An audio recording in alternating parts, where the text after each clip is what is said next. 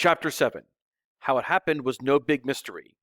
Like all students, Beatrice the bear lived in the vicinity of her school bus stop.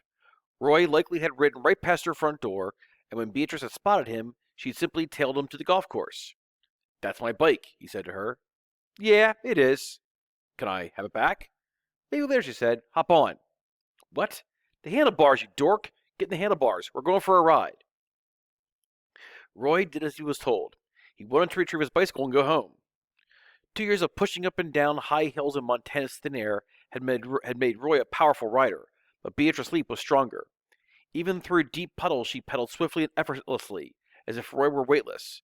Perched uncomfortably on the handlebars, he clutched the sodden cardboard box. "Where are we going?" he shouted. "Hush up," Beatrice said. She steamed past the fancy brick entrance to the golf course, and soon the paved road gave way to a dirt rut with no curbs or streetlights. Roy braced himself as the bike jounced through muddy potholes. The rain had softened to a mist, and his wet shirt felt cool against the skin. Beatrice stopped when they came to a tall chain-link fence. Roy observed that a small section had been cut with wire clippers so that it could be pulled back. He got off the handlebars and tugged at his jeans, which had ridden up the crack of his butt. Beatrice parked the bicycle and motioned for Roy to follow her through the hole in the fence. They entered a junkyard full of wrecked automobiles, acres of them. In the twilight, Roy and Beatrice crept along, darting from one rusted hulk to the next. From the way Beatrice was acting, Roy assumed they weren't alone on the property. Soon they came to an old panel truck propped up on cinder blocks. Roy could barely make out the faded red lettering on its battered awning. "JoJo's Ice Cream and Snow Cones." Beatrice Leap stepped up into the cab, pulling Roy behind her.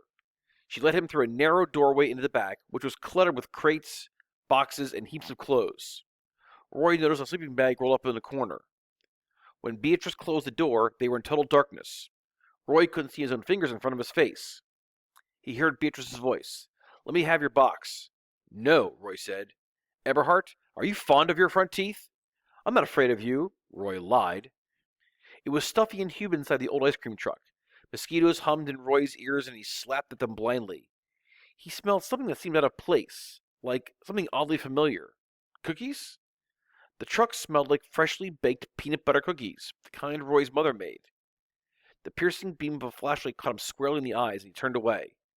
"For the last time," Beatrice said menacingly, "what's in that shoebox?" "Shoes," said Roy. "Oh, I'm so sure." "Honest." She snatched the box from his hands and flipped it open, aiming the flashlight at the contents.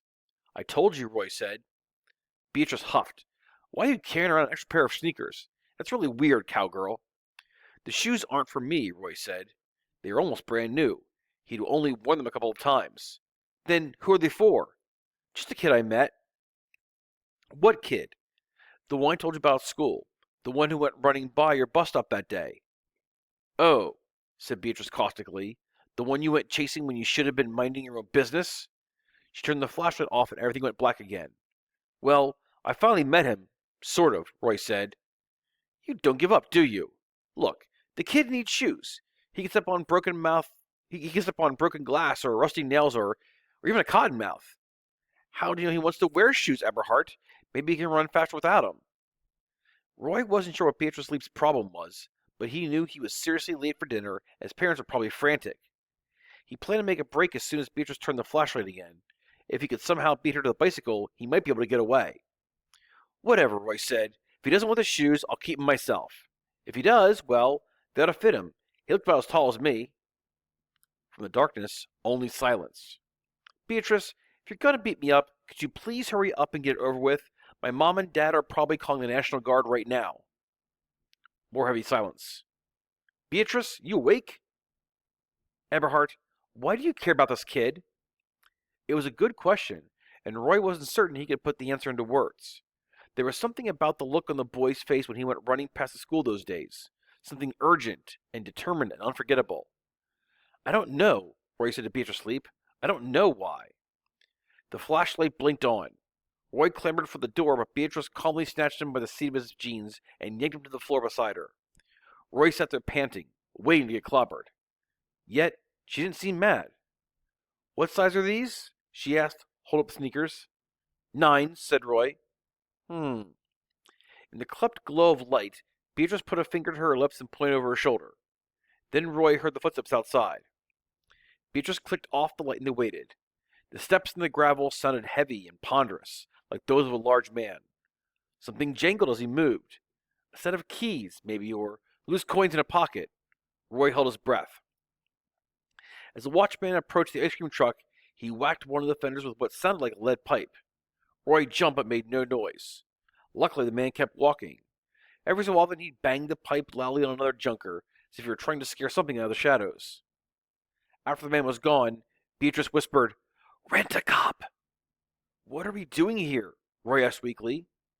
In the darkness of the compartment, he could hear Beatrice the bear standing up. "Tell you what I'm going to do, cowgirl," she said. "I'll make you a little deal." "Go on," Roy said. "I'll see the barefoot boy gets these shoes, but only if you promise to leave him alone. No more spying." "So you do know him?" Beatrice hoisted Roy to his feet. "Yeah, I know him," she said. "He's my brother."